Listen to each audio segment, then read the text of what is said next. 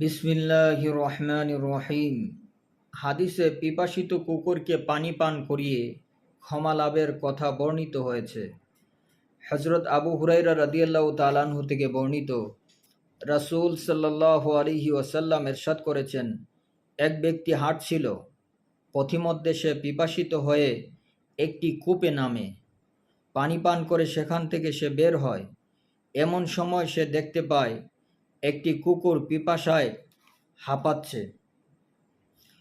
লোকটি মনে মনে ভাবল, একটু আগে আমার যে অবস্থা হয়েছিল এরও তেমনি হয়েছে।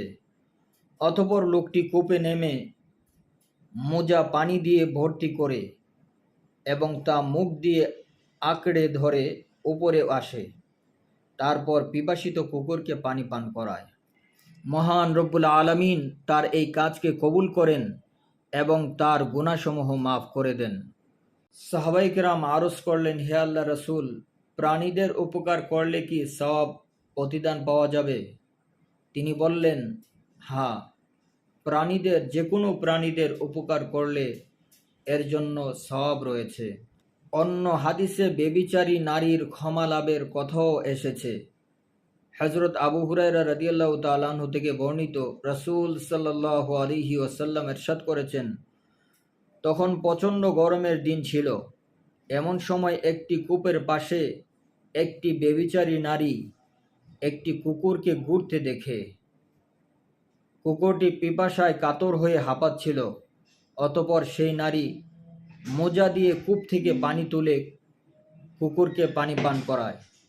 অতঃপর তাকে আল্লাহ রব্বুল আলামিন ক্ষমা করে দেন। বুখারী শরীফ 3321 নম্বর হাদিস। প্রাণী বেঁধে রেখে খাবার না দেওয়া গুরুতর পাপ। এক নারী এমন কাজ করে জাহান্নামী হয়েছে।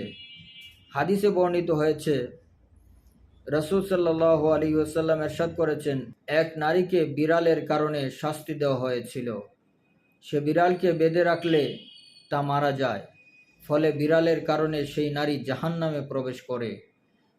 হুজুর পাক সাল্লাল্লাহু আলাইহি ওয়াসাল্লাম ইরশাদ করেছেন, ইরহামু মা ফিল আরদি ইয়ারহামুকুম মা ফিস সামাই।